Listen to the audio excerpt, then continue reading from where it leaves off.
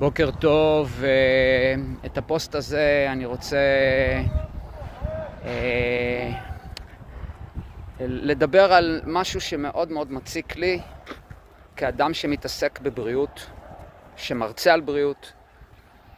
ובשני הפוסטים האחרונים שהעליתי לא כל כך התייחסתי לזה, יותר דיברתי על ההתמכרות לספורט.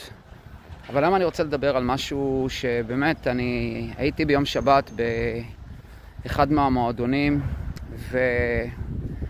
והאמת קשה לי, מאוד קשה לי לראות אנשים שפשוט עושים דברים שלי בתור איש מקצוע ועם כל הצניעות זה מאוד מאוד מפריע, כי אף אחד לא בא ולא מתקן, ואף אחד לא בא ולא מאיר, ואנשים חושבים שבאמת מה שהם עושים זה דבר בריא. שלי כאיש מקצוע זה נראה בדיוק ההפך. אז קודם כל בוא נדבר מה זה בריאות. יש לבריאות הגדרה מאוד מאוד מדויקת, שדוקטור נאדר בוטו מדבר עליה, כך שאני לא אחזור על זה. אבל דבר אחד אני חייב להגיד לגבי בריאות, שאני בדרך כלל בהרצאות שאני מדבר עם הסטודנטיות שלי, זה הנושא של מה שמגדיר הרמב"ם.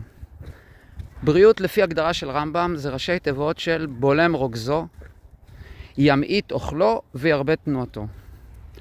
אני פחות אתייחס עכשיו לשני הדברים הראשונים שאחד זה כמובן הנושא המנטלי, כן, הבריאות הנפשית, שזה נושא מאוד מאוד חשוב, שלזה אני אקדיש פוסט במיוחד אחר, ולנושא של התזונה, כן, מה לאכול, מתי לאכול, כמה לאכול. אבל אלה דברים שרוב האנשים מדברים עליהם. אני דווקא רוצה לדבר על הנושא של התנועה. ואיך מתנועים, ובעיקר על כמה מתנועים. כאילו, הרמב"ם אומר, ירבה תנועתו. כבר אז, לפני 500 או 800 שנה שהוא חי, אנשים המציאו כל מיני מכשירים, כל מיני מכונות נקרא לזה, שגרמו לאדם במשך ההיסטוריה לעבוד פחות. להשקיע פחות אנרגיה בחיפוש אחרי מזון, בכל מיני דברים כאלה. ואנחנו הגענו היום למצב שרוב האנשים ביום יום שלהם הם לא פעילים, הם יושבים מול מסכים, ואז התוצאה היא שהפעילות הגופנית היחידה בעצם שהם עושים זה שהם הולכים לחדר כושר.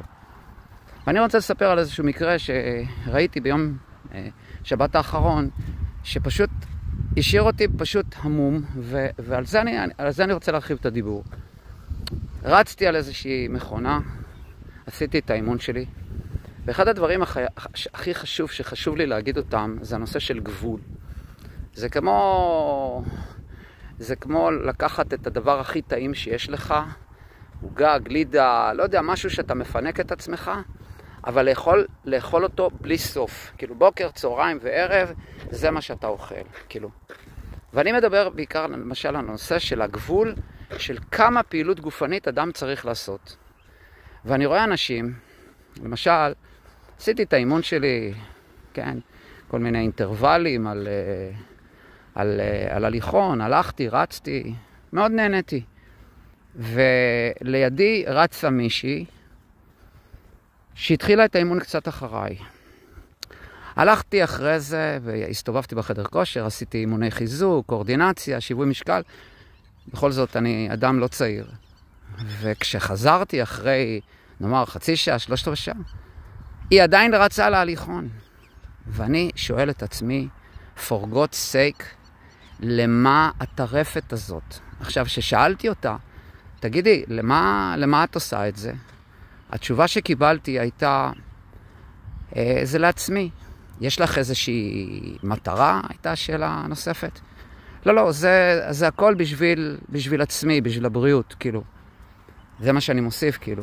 ואני שואל את עצמי, ריבונו של עולם, למה השגעת הזאת?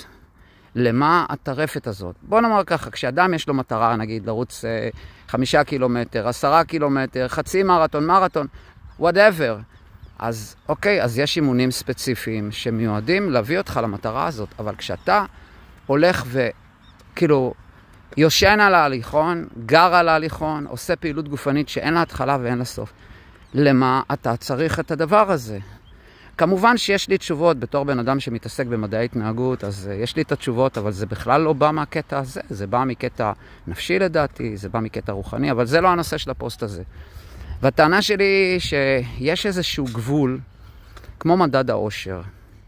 יש איזשהו גבול שמעבר לו, שאתה עושה too much, לא רק שזה לא טוב, אלא זה אפילו רע. זאת אומרת, כל יציאה מהאיזון, כל הגזמה לכיוון כלשהו, הגוף הרי מדבר אלינו כל הזמן.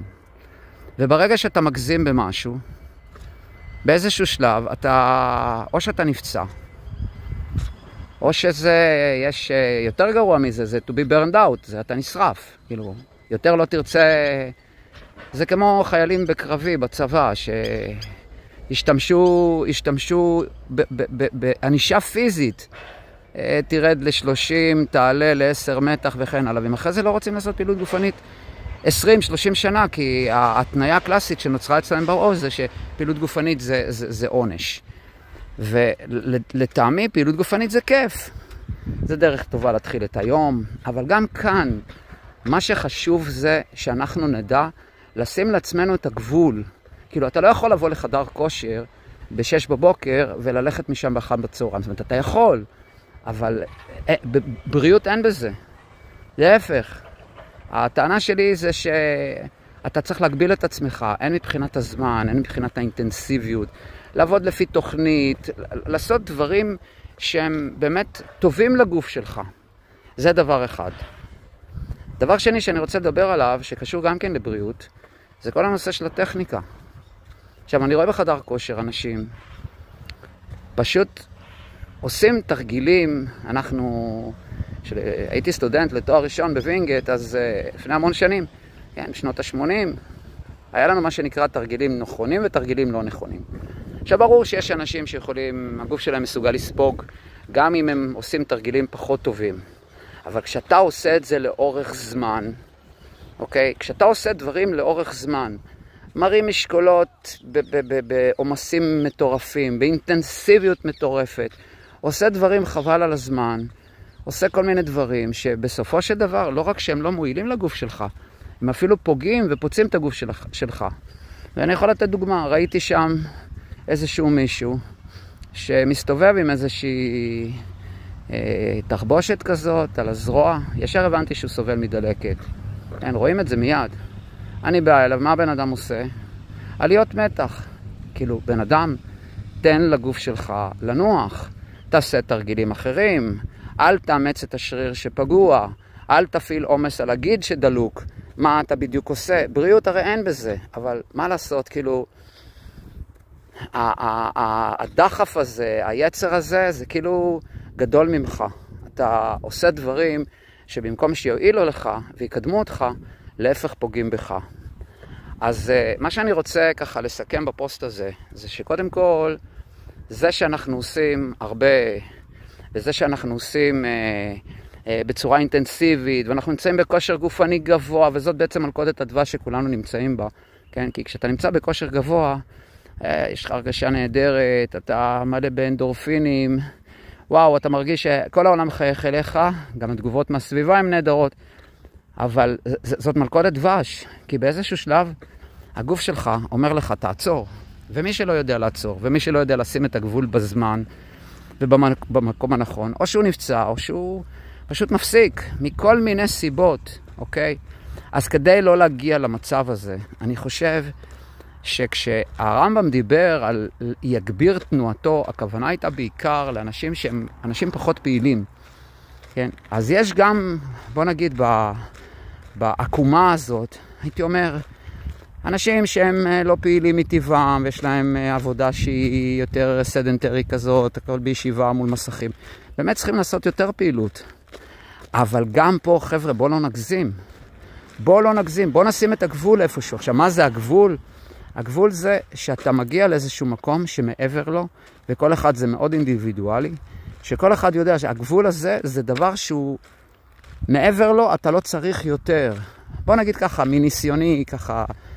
מניסיוני כספורטאי, כאדם שמחנך לבריאות, אז אני חושב ככה, אני חושב שהיום, במציאות שאנחנו חיים בה, הייתי אומר שאדם שלא פעיל בכלל, שיעשה סדר גודל של משהו כמו בין 3 ל-5 פעמים בשבוע, אימון של שעה לפחות, שמתוך השעה הזאת יקדיש חלק די ניכר מהזמן לפעילות אירובית, ואחרי זה כמובן פעילות נגד התנגדות, גמישות, קואורדינציה ושיווי משקל.